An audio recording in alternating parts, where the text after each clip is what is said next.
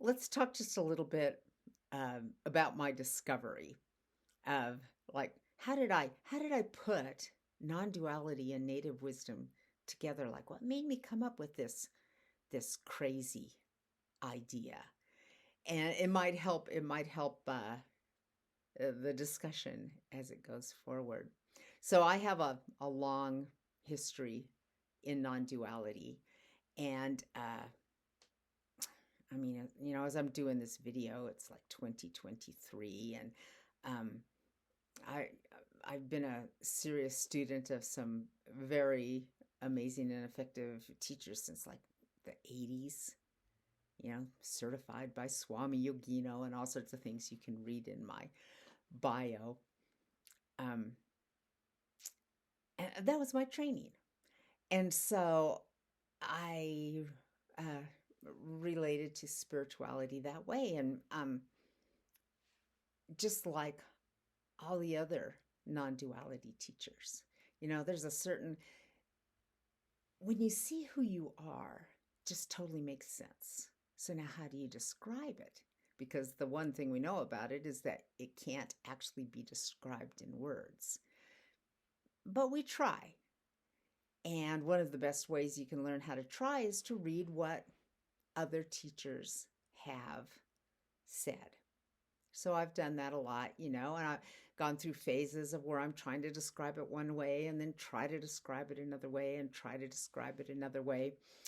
And all the time I've kind of had this inkling, suspicion. I mean, not suspicion. I mean, it's just obvious that this teaching, enlightenment teachings and non-duality teachings, just simply don't work for most people.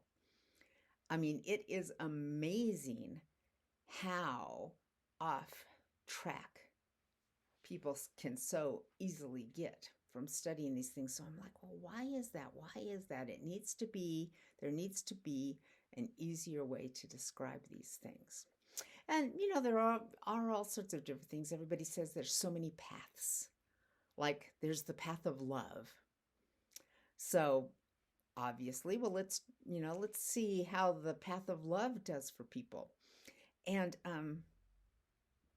you know, it's kind of sad because the path of love actually kind of makes people really pretend to be loving as they become less and less loving.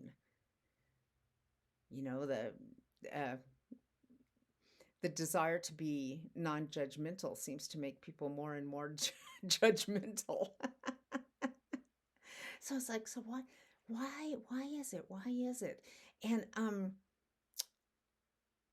then all of a sudden one day, I ran across the book that really changed my mind was Braiding Sweetgrass. And I'm reading this book. It's about this gal. She's part Native American. She's also a scientist.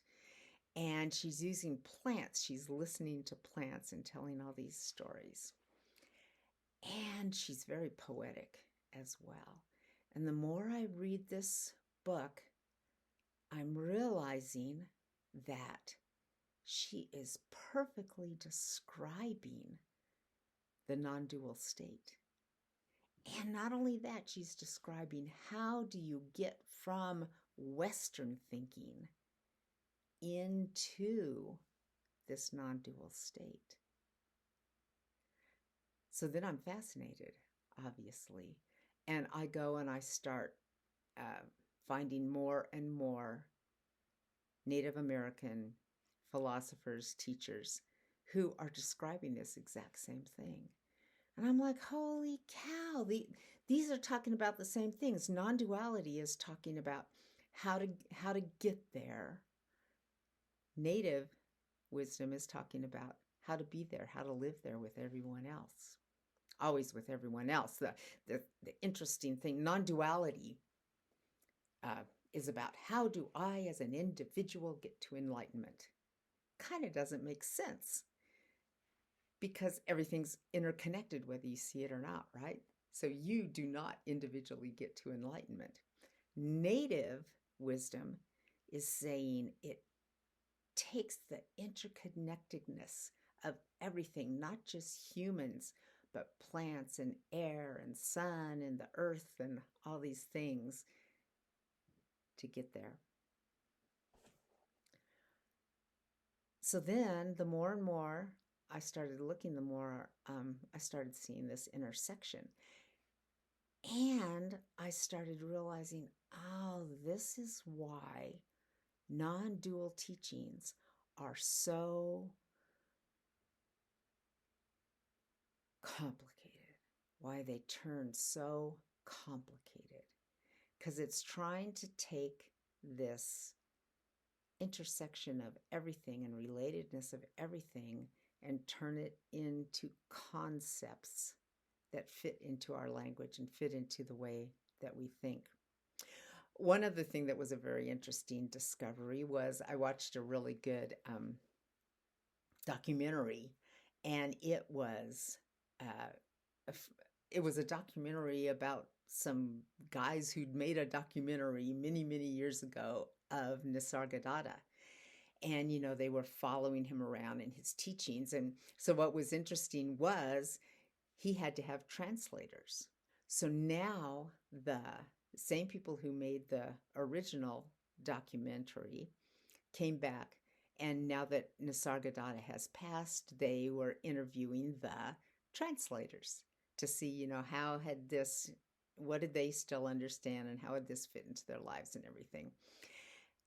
And the translators all really got it. And the people doing the white, Western English people doing the documentary just didn't seem to get it at all. So it's like, oh, language. The original translators spoke the same language as Nisargadatta, so they were understanding what he was talking about way more than the people that they were translating it to could ever get. So it's like, oh, language and the deep, deep history of humanity has a lot more to do with the full story of human enlightenment than perhaps we've seen before. So this is what I'm exploring in this series on non-duality and native spirituality.